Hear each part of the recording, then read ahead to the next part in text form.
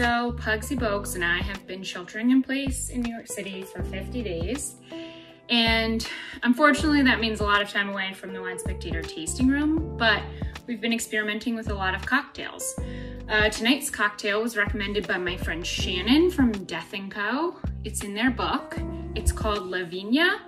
It's equal parts rye, amaro, and sherry. So you're gonna wanna take 1 ounce of rye, 1 ounce of a light amaro,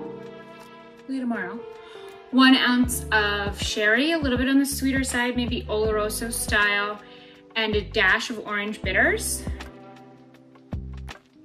You stir it over ice and then strain it into a champagne coupe, which we don't own.